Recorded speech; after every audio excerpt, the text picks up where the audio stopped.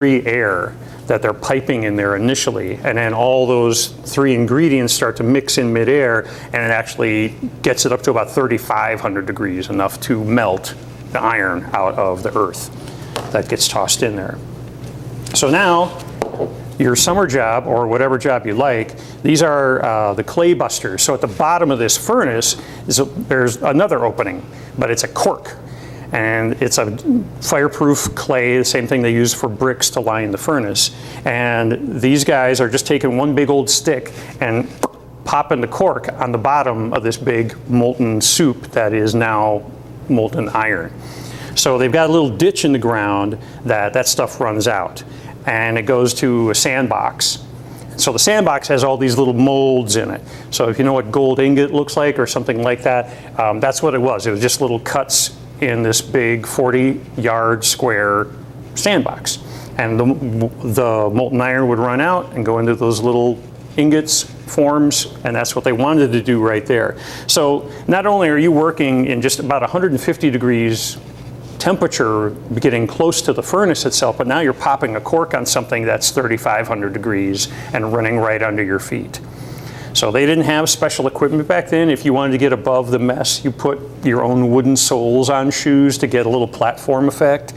But they had a lot of burns in the business back then. So that's the clay busters right there. And that's the sandbox I was talking about. So when you get out on the site, you're going to see a lot of cement foundations and some old shapes of the buildings where they were making things. But the one open square lawn area that's kind of overrun right now is where the casting shed was. So they had a roof over the top, so it wasn't going to like rain on things and fill it up with water.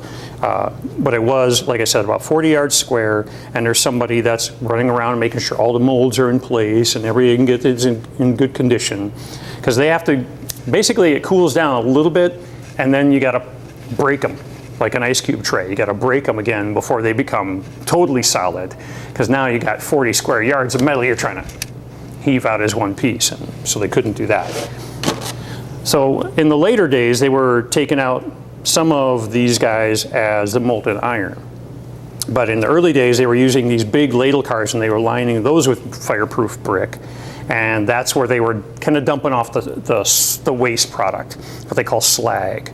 So in that big 90-foot tall furnace, the bottom 20 feet is like molten lava. And at the top is all the waste stuff, all the solid that didn't become iron. It's like fat on French onion soup or something like that. And so they pop the cork up there first and put it in these guys and get it off site.